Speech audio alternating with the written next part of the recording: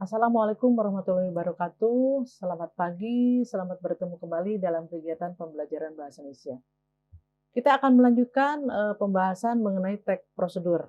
Untuk kali ini, kita akan membahas kompetensi dasar 3.20 yaitu menganalisis struktur dan kebahasaan teks prosedur.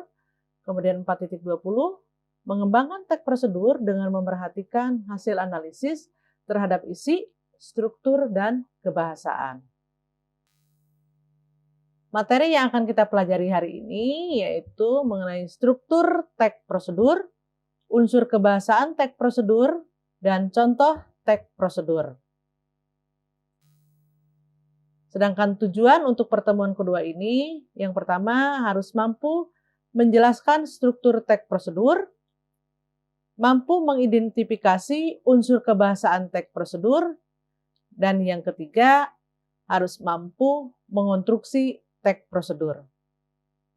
Baiklah, kita bahas satu persatu. Pertama tentang struktur teks prosedur. Seperti halnya teks-teks yang lain, teks prosedur memiliki struktur. Yang pertama, judul. Judul itu berupa nama benda yang hendak dibuat, atau sesuatu yang dilakukan, atau sesuatu yang digunakan. Jadi yang dimuat di judul itu harus berupa kata benda atau sesuatu yang dilakukan atau digunakan. Struktur yang kedua berupa tujuan. Nah, ini yang disebut dengan pernyataan umum.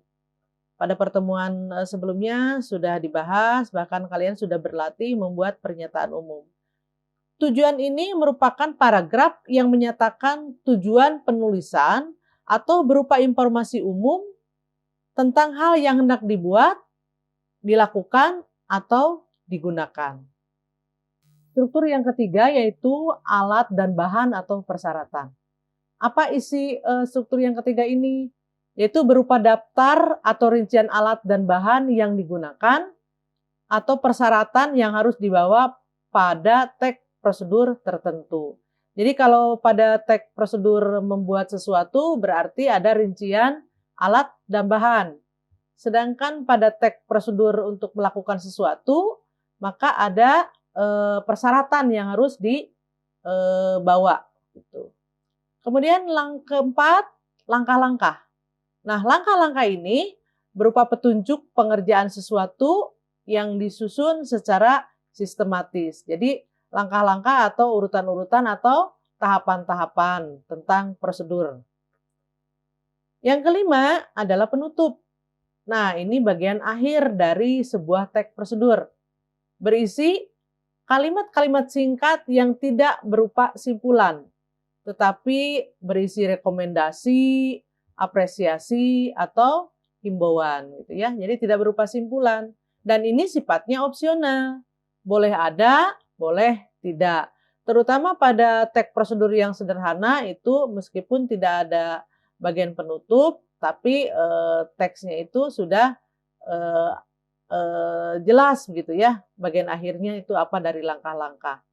Tapi kalau pada teks prosedur yang kompleks itu biasanya bagian penutup itu harus ada gitu ya, tetapi tidak berupa simpulan dari penjelasan atau pernyataan-pernyataan sebelumnya. Baiklah, selanjutnya kita akan bahas mengenai unsur kebahasaan teks prosedur. Unsur yang pertama yaitu konjungsi temporal. Apa itu konjungsi temporal?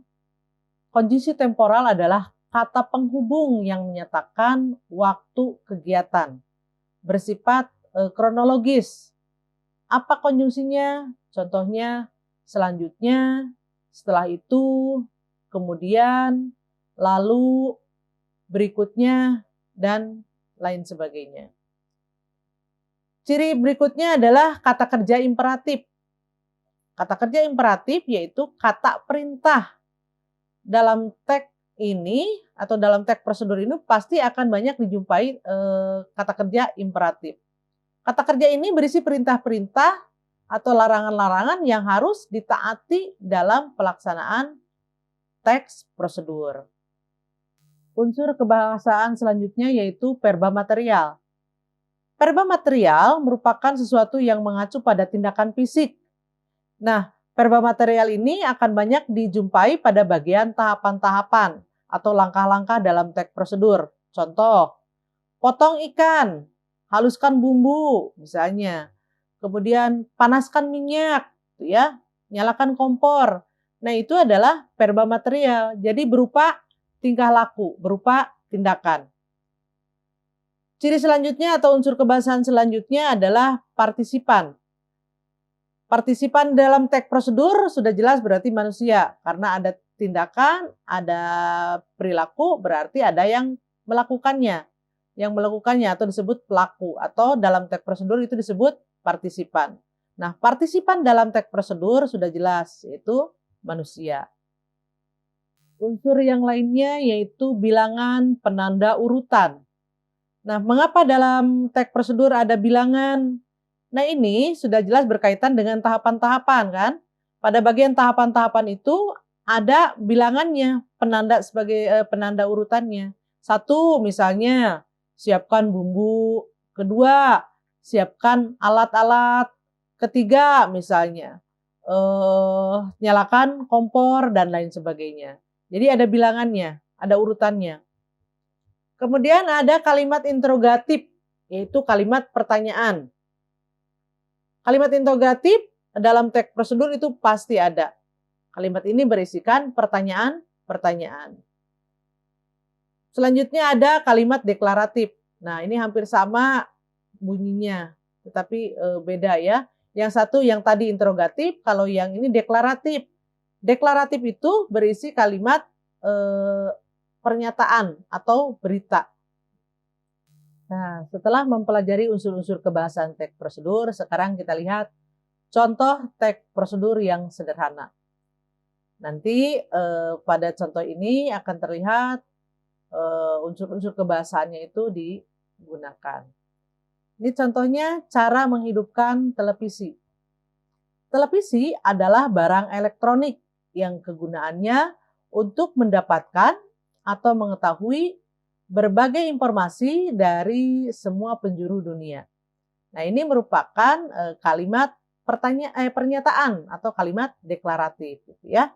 Nah, kemudian pada bagian-bagian tahapannya, 1, colokan kabel ke listrik. 2, tekan tombol on untuk menghidupkannya. 3, pilih channel yang ingin ditonton. Nah, ini tahapan-tahapan ini menggunakan verba material atau berupa tindakan fisik ya. Nah, jadi sudah jelas bahwa unsur-unsur kebahasaan yang sudah dijelaskan tadi itu pasti digunakan pada teks prosedur.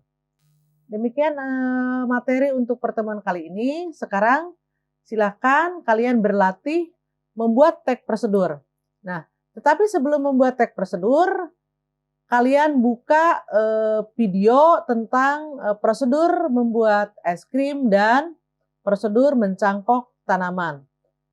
Setelah melihat video tutorial itu, nanti kalian akan mendapat gambaran tentang tahapan-tahapan atau langkah-langkah membuat teks prosedur.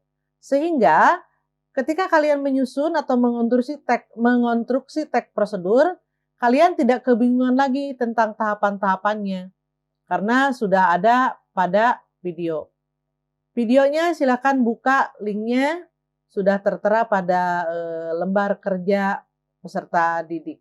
Tinggal buka linknya ya.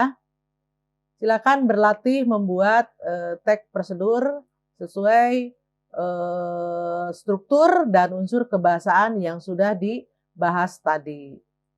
Terima kasih atas perhatiannya. Selamat mencoba membuat teks prosedur. Assalamualaikum warahmatullahi wabarakatuh.